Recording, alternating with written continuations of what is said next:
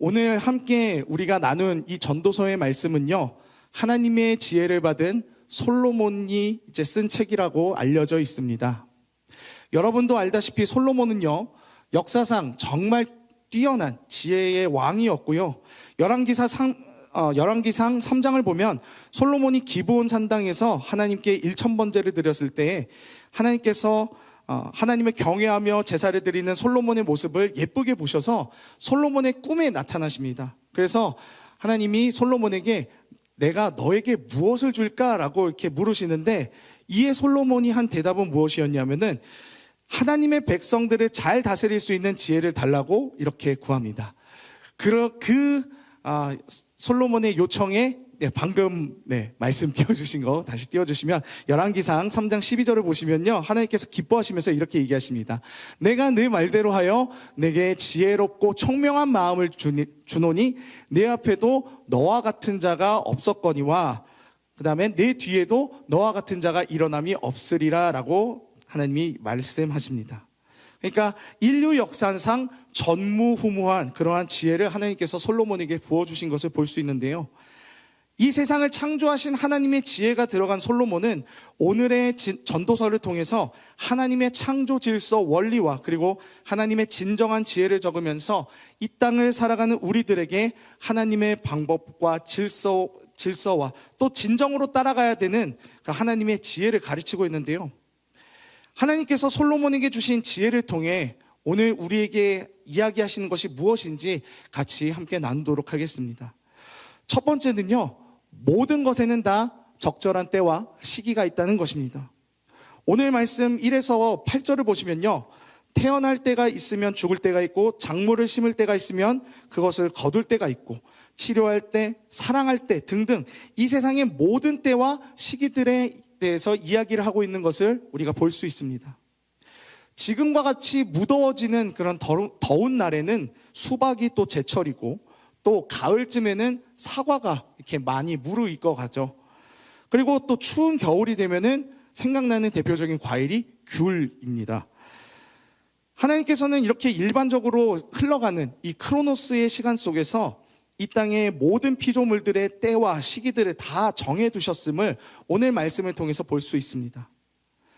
인생은 타이밍이다라는 이야기가 있을 만큼 이 세상에는 적절한 때와 타이밍이라는 것이 존재하는데요, 라면을 3분 40초 이상 끓이게 되면 꼬들꼬들한 이 면발을 얻을 수 없듯이, 그리고 또 축구 경기에서 수비수와 골문이 비어있는 상황에서 홈런을 날리면 그 어떤 경기에서도 승리할 수 없듯이 하나님이 우리에게 주신 이 물리적인 크로노스의 시간 속에서 우리는 제때에 오는 이 기회를 잘 잡아야 합니다.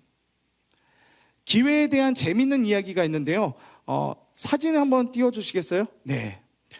여러분, 이 사진에 있는 사람이 바로 그리스 신인데 바로 카이로스라고 하는 기회의 신의 모습입니다. 그리스 사람들은요, 이 기회의 신인 카이로스의 모습을 앞머리는 길지만 뒷머리가 없는 이런 모습으로 표현했습니다. 그리고 또 발을 보시면은 날개가 달려있죠. 네, 조금 이따가 설명하겠지만 이게 무슨 뜻이냐면요, 기회라는 것이 먼저 이제 혹은 제때 발견하게 되면은 카이로스의 이 긴 앞머리를 딱 잡음으로써 제대로 우리가 기회를 잡을 수 있지만, 근데 이 기회라는 것을 뒤늦게 알아차리고 다시 이 기회를 잡으려고 할 때에는 카이로스의 이 뒷머리가 없는 것처럼, 그리고 아까 여러분 그의 발목에 날개가 달려있는 걸 볼 수 있었는데, 이미 그가 발에 날개가 달린 것과 같이 쉥 하고 지나가기 때문에 그 기회는 이미 뒤늦게 알아차리고 잡으려고 할 때에는 이미 사라지고 없다, 그리고 잡을 수도 없다라는 것을 이 카이로스의 신의 모습을 통해서 그리스도인들은 이렇게 표현을 했습니다. 지나간 버스는 다시 돌아오지 않는다라는 그런 말처럼 우리 삶 가운데에서 때를 놓친 기회를 다시 잡기란 이렇게 너무나도 어렵다는 것을 우리가 볼 수 있는데요, 하나님의 지혜를 받은 솔로몬은 오늘 말씀 1절에 범사의 기한이 있고 천하 만사의 다 때가 있나니라고 이야기를 하면서 하나님은 우리가 살아가고 있는 이 물리적인 크로노스의 시간 속에서 카이로스라고 하는 그 기회를 주신다는 것입니다. 이 카이로스는 기회라는 뜻이 있기도 하지만 평생 동안 기억되는 어떤 개인적인 경험의 시간이라고 또 의미하기도 합니다.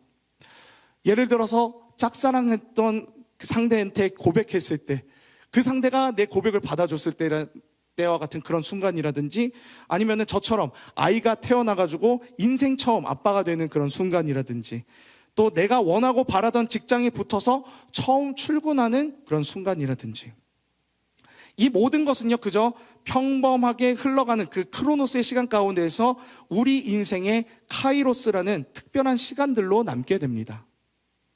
그런데 이 카이로스라고 하는 기회, 특별한 순간들을 맞이하기 위해서는 우리가 평범한 일상이라고 생각하는 이 크로노스의 인생들, 이 시간들을 충실히 살아가야 한다는 것입니다. 내일은 내일의 태양이 뜨듯이 어제와 오늘이 같지 않고 오늘과 내일이 결코 같지 않다는 것입니다. 어쩌면 오늘은 내일의 카이로스를 잡기 위해 허락된 크로노스의 시간일 수도 있습니다. 그러기에 우리가 살아가는 이 하루하루는 결코 그냥 헛되이 보낼 수 있는 것이 아니요, 또 우리 삶에 주어지는 순간의 사건들이 그저 이유 없이 맞닥뜨려지는 것이 아니라는 것입니다. 하나님께서 이 땅 가운데 우리를 주님의 도구로 세우시기 위한 하루하루의 시간들이고, 또 결국에는 하나님께서 우리를 통해 일하실 그 특별한 순간, 카이로스의 시간을 위해서 우리를 때로는 고난과 또 고민들 속에서 밀어넣으시면서 우리를 성장시키게 하시기 위한 그런 시간일 수도 있다는 거죠. 사랑하는 여러분, 지금 여러분들은 어떤 때를 지나고 있습니까? 우리의 모습과 연령이 다양한 것만큼 분명히 우리가 지금 지나고 있는 각각의 시간들은 전부 다 다를 것입니다. 그러나 여러분, 지금의 이 시기를 하나님께서 나를 온전한 하나님의 백성으로 세워가시는 하루하루라고 생각하시면서 주님의 때를 기다리며 살아가는 저와 여러분이 되길 간절히 소망합니다. 우리 삶이 언제나 하나님의 때를 위해 준비되는 하루하루의 삶이라고 해석한다면 우리의 매일의 이 삶들은요, 지금 이 순간, 이 매일의 매 순간들은 특별한 카이로스의 시간일 것입니다. 우리 앞에 주어져 있는 그 모든 순간들을 그저 흘려보내는 것이 아니라 지금은 하나님 나라를 위해서 실력 발휘를 하기 위해 준비하는 때로 우리가 매 순간 최선을 다해 살아가야 한다는 것이죠. 두 번째는요, 모든 것이 다 하나님의 주권 아래 있다는 것입니다. 인간은 하나님이 만드신 것과 또 하나님의 때를 정해둔 것들을 또 자신의 편의대로 바꾸기 위해서 정말 많은 과학적인 발전들을 거듭해 왔습니다. 여름에만 먹을 수 있는 과일을 비닐하우스를 통해서 매 계절 먹을 수 있게끔 또 과학이 이렇게 발전시켜 왔고요. 또 땅으로 막힌 곳들을 뚫어서 운하를 만들기도 하고, 멧돼 고기를 먹을 수 있게끔 양식업 또한 이렇게 발전시켜 왔습니다. 이러한 인간의 움직임은 우리 인류 사회를 매우 윤택하게 만들고 편리하게 만들었는데, 이것을 통해서 하나님이 만드신 자연, 섭리, 이러한 모든 것들을 다 인간이 과학이라는 문명들을 통해서 다 통제할 수 있다라는 교만을 불러오게 됐습니다. 오늘 말씀 3장 9절을 보시면요, 일하는 자가 그의 수고로 말미암아 무슨 이익이 있으랴라고 이렇게 기록이 되어 있는데, 이것을 표준 세번역으로 번역을 하면 이렇게 번역됩니다.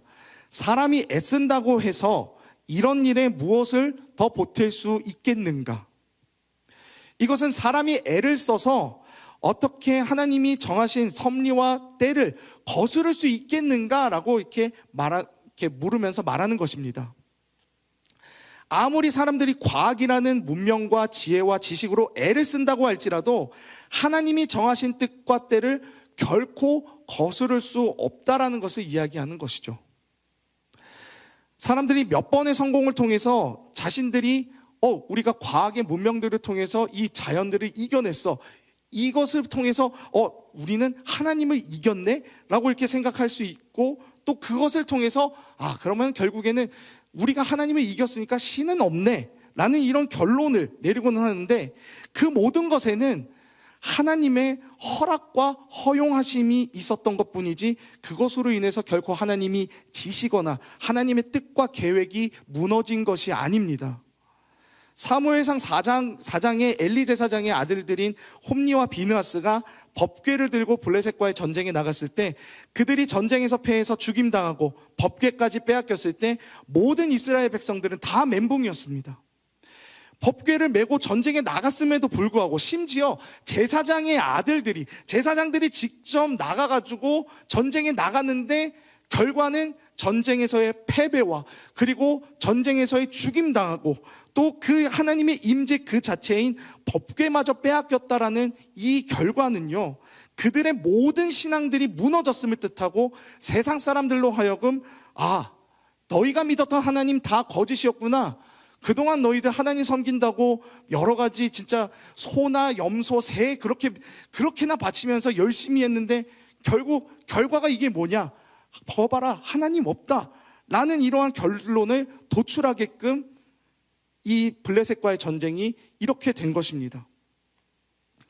아마 이스라엘과 블레셋과의 전쟁에서 이스라엘의 패배는 모든 사람들로 하여금 방금 얘기한 것처럼 하나님은 헛된 분이고 또 그분의 뜻은 다 무너졌다라고 생각하게 만들었을 것입니다.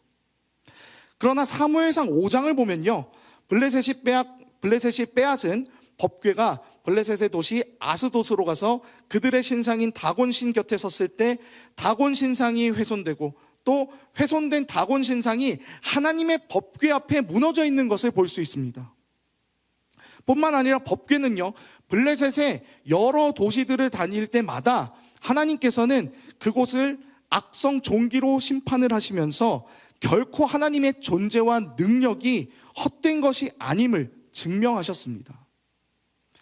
이렇게 하나님의 존재와 능력이 헛된 것이 아님에도 불구하고, 그렇다면 왜 사무엘상 4장과 같이 홈니와 비느하스가 참가한 전쟁에서 제사장이 이렇게 법궤를 들고 참가한 그런 전쟁에서 왜 이런 참담한 결과가 일어나게 됐을까요? 왜 주님은 아무 능력을 발휘하지 않으시고 침묵하셨을까요? 그것은 홈니와 비느하스가 제사장임에도 불구하고 그들이 하나님의 뜻대로 행하지 않으며 오히려 하나님의 뜻을 거스르는 자들이었기 때문에 그렇습니다. 사무엘상 2장 12절을 보시면요, 엘리의 아들들은 행실이 나빠 여호와를 알지 못하더라 이렇게 얘기합니다. 이 엘리의 아들들은 방금 얘기한 홈니와 비느하스입니다. 그들이 엘리라는 제사장의 아들들이었고 그들 또한 자신들이 제사장이었지만 하나님의 명령대로 제사를 드리는 것이 아닌 자신의 편의와 생각대로 제사를 드렸던 것입니다. 즉 하나님의 주권을 전혀 인정하지 않고 하나님을 멸시했기 때문에 그들의 삶 가운데서 하나님의 능력이 나오지 않았음을 볼 수 있습니다.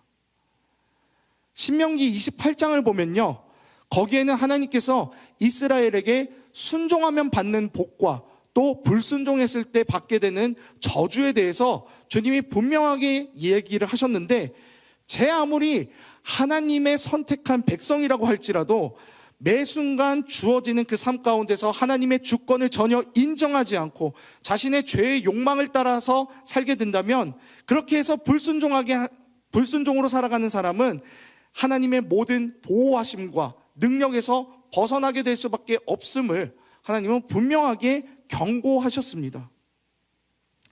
사랑하는 여러분, 우리 삶 가운데에서 주님의 능력이 잘 보이지 않고 또 하나님과의 관계가 멀어지는 것 같고 내 마음 가운데 믿음이 약해지고 있는 것 같다면 내가 하나님의 뜻 가운데 있는지, 내가 지금 하나님의 주권을 인정하고 있는지 우리는 돌아봐야 합니다. 내가 하나님 편에 서 있어야 되는데 하나님을 나의 편으로 돌리려고 하는 그런 신앙생활을 하고 있는 것은 아닙니까? 예수를 믿는 것은 죄된 나와의 영원한 작별이요, 죄 가운데 있는 나의 주권을 하나님 앞에 드리는 것입니다. 너무나도 유명한 구절이죠. 갈라디아서 2장 20절 한번 보시기 바랍니다.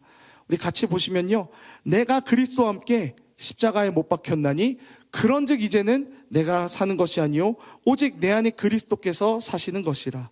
이제 내가 육체 가운데 사는 것은 나를 사랑하사 나를 위하여 자기 자신을 버리신 하나님의 아들을 믿는 믿음 안에서 사는 것이라. 여러분, 여러분의 때는 다 하나님께 있습니다. 인생의 방향 다 내가 개척해서 걷는 것 같죠. 그런데 그 모든 것에는 하나님의 때를 따라, 하나님께서 우리의 그 때를 따라 우리를 계속해서 세워가시고 인도하고 계신다는 것을 우리는 잊어서는 안 됩니다. 솔로몬이 쓴 또 다른 지혜의 책인 잠언 16장 9절에는 이렇게 또 기록되어 있습니다. 사람이 마음으로 자기의 길을 계획할지라도 그 걸음을 인도하는 자는 여호와시니라. 이렇게 기록이 되어 있고요. 예레미야 10장 23절을 보시면은 여호와여 내가 알거니와 인생의 길이 자기에게 있지 아니하니 걸음을 지도함이 걷는 자에게 있지 아니하니이다 라고 이렇게 고백하는 것을 볼 수 있습니다. 결국 우리의 인생은요, 하나님이 정하신 그 때에 따라 움직여지는 것이지 내 뜻대로 움직여지거나 또 돌려지는 것이 결코 아니라는 것입니다. 다만 우리의 인생길 가운데에서 하나님의 허락하심과 허용하심, 그 가운데 내 뜻이 이루어지는 것처럼 보여지는 것뿐이지 사실 모든 것에는 다 우리가 하나님의 계획 안에 움직여지고 있다는 것을 우리는 잊어서는 안 됩니다. 자, 그렇다면은 우리는 하나님의 그냥 뜻대로 움직여지기만을 기다리면서 그냥 가만히 있으면 될까요? 그건 아닙니다. 오히려 내 삶의 때를 정해주시고 인도하시는 그 하나님의 뜻과 섭리를 따라서 우리는 오늘 이 하루를 충실하게 살아야 합니다.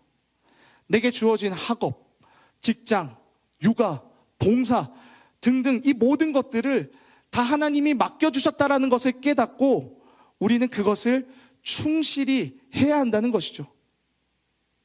그리스도인의 하루는 오늘 내가 이 땅에서 어떻게 존재하느냐, 그것에 우리가 포커스에 맞춰줘야 됩니다. 오늘 주어진 이 시간이 그저 지나가는 크로노스의 시간으로 내가 주님과 별개의 모습으로 존재를 했느냐, 아니면 늘 매 순간 나는 나에게 요구되어지는 그 작은 믿음들을 행하면서 오늘 이 하루를 주님과 함께 동행하며 매일 만나는 그 카이로스의 시간으로서 예수 그리스도의 자녀답게 나는 존재하였는가? 우리의 삶은 거기에 초점을 맞춰야 한다는 것입니다. 우리의 인생이 하나님의 주권을 인정하면서 하나님의 말씀에 들어올 때에 거기서 하나님의 일하심이 시작됩니다. 그래서 우리가 마지막으로 나누고 싶은 세 번째는요, 세상과 나의 계절이 아닌 하나님의 계절을 살아가자는 것입니다. 우리나라는 요즘 온난화 때문에 많이 무너지긴 했으나 그래도 사계절이 꽤 뚜렷한 나라라고 알려져 있습니다. 그런데 어떤 나라는요, 여름만 내내 있는 나라가 있고 어떤 나라는 겨울만 내내 있는 그런 나라가 있습니다. 사람은 계절을 따라서 농사도 짓고 또 그에 따라서 라이프 스타일을 다 자기가 개척을 합니다. 하나님께서는 모든 나라 또 모든 사람의 때를 다 같게 만드시지 않으셨습니다. 어떤 사람은 축복의 때를, 어떤 사람은 고난의 때를 지나게 하십니다. 하지만 그 가운데에서도 우리 주님은 우리를 향한 그 하나님의 뜻을 이루어 가십니다. 오늘 말씀 10절을 보시면요, 하나님이 인생들에게 노고를 주사 애쓰게 하신 것을 내가 보았노라 라고 이렇게 기록되어 있습니다. 이걸 표준 세번역으로 보면요, 이제 보니 이 모든 것은 하나님이 사람에게 수고하라고 지우신 짐이다 라고 이렇게 말하는 것을 볼 수 있습니다. 여러분, 하나님께서 수고하라고 우리에게 짐을 이렇게 주신 이유는요, 우리를 미워하셔서가 아닙니다. 수고를 통해서 우리 인생의 믿음과 소망과 인내를 얻게끔 하시기 위함도 있고요, 또 수고를 통해서 세상을 통해 그 기준대로 세워진 나의 계절을 벗어나서 하나님의 계절과 때에 들어오게끔 우리 삶 가운데 깨달음과 자기 부인할 수 있게끔 주님은 우리 가운데 때로는 고난을 주시면서 인도하신다는 것입니다. 오늘 말씀 마지막 11절을 보시면 하나님이 모든 것을 지으시되 때를 따라 아름답게 하셨고 또 사람들에게는 영원을 사모하는 마음을 주셨느니라. 그러나 하나님이 하시는 일의 시종을 사람으로 측량할 수 없게 하셨다라고 하시는데요, 하나님의 때를 따라 사는 인생은 이 말씀처럼 아름답다라고 말합니다. 나의 때를 사는 인생과는 결코 비교할 수 없는 아름다움이죠. 결국 하나님께서 솔로몬의 지혜를 통해서 우리에게 말씀하시는 것은 무엇이냐면, 하나님께서 우리 인생의 모든 로드맵을 알고 계시고 또 그때를 다 인도하고 계시며 함께 이끌어가고 계시니 너희는 두려워하지 말고 오직 주어진 하루하루를 하나님의 날개 아래 그 인도하심의 때에 따라서 날마다 주님과 동행하며 최선을 다해 살아가라고 말씀하시는 것입니다. 비록 내 삶의 모든 끝들을 다 알 수가 없기에 하나님께서 우리를 그렇게 우리 삶의 모든 마지막을 알 수 없게끔 주님께서 그렇게 우리를 디자인하셨으나, 중요한 것은 하나님은 모든 피조물의 아름다움과 때를 다 아신다는 것입니다. 우리가 그 하나님의 주권 아래에, 하나님의 계절 아래에 있다면 하나님께서는 우리의 모습, 우리의 라이프 스타일 등 우리의 모든 것들을 다 내가 계획하고 생각한 것 이상으로 우리를 빚어가시고 준비시키시며 완성시키신다는 것입니다. 이제 말씀을 정리하겠습니다. 사랑하는 여러분, 우리가 인생을 살면서 무엇을 갖느냐, 어떤 것을 성취하느냐, 이런 것에 따라서 우리의 시간과 노력을 쓸 때가 참 많습니다. 그러나 우리 그리스도인들은요, 거기에 초점을 두는 것보다 오늘 하루 내가 어떻게 존재할 것인가 라는 것에 초점을 두었으면 좋겠습니다. 주님은 오늘도 우리에게 적절한 때와 시기를 주시면서 우리를 아름답게 빛나게 하시고 또 하나님 나라 백성으로 살아가게끔 오늘도 우리를 인도하고 계십니다. 우리 인생에 가장 큰 카이로스가 있다면 여러분 어떤 것일 것 같나요? 그것은 바로 우리가 이 땅에서의 시간들을 다 쓰고 이 땅에서의 삶들을 다 살고 난 이후에 주님과 대면하는 날, 그것이 바로 우리 인생의 가장 큰 카이로스가 아닐까요? 우리 인생에서 주어진 이 하루하루의 시간들, 이 모든 순간들의 이 시간들은 하나님 나라 또 천국이라 불리우는 가장 큰 기회를 잡기 위해 준비되어지고 세워지는 모든 시간들입니다. 하나님께서는 우리에게 각각의 때를 던져주시면서 우리를 빚어가게끔 하실 것입니다. 우리는 하나님께서 주시는 그 때에 맞춰서 최선을 다해 살아가면 됩니다. 그 빚어가시고 세워가시는 그 시간들을 나의 뜻대로, 나의 멋대로 하기 위해서 튕겨지는 삶이 아니라 주님의 계절 가운데에서 익어져가는, 그렇게 해서 주님 아래에서 보리가 익으면 익을수록 고개를 숙이듯이 우리도 주님의 계절 아래에서 익어지며 주님 앞에서 겸손해지는 저와 여러분 모두가 되길 소망합니다. 지금의 때는요, 전쟁을 하고 있고요, 또 나라와 외교의 정세들이 매우 분주하고 혼란한 가운데 있지만 그 가운데서도 우리가 하나님의 때와 뜻을 잘 분별하면서 부끄럼 없이 하루하루를 하나님의 뜻대로 매 순간 나에게 주어지는 그 작은 믿음들, 나에게 주어진 그 모든 일들을 다 최선을 다해서 행하며 예수 그리스도 자녀답게 하루하루 존재해 나가는 저와 여러분 모두가 되길 소망합니다.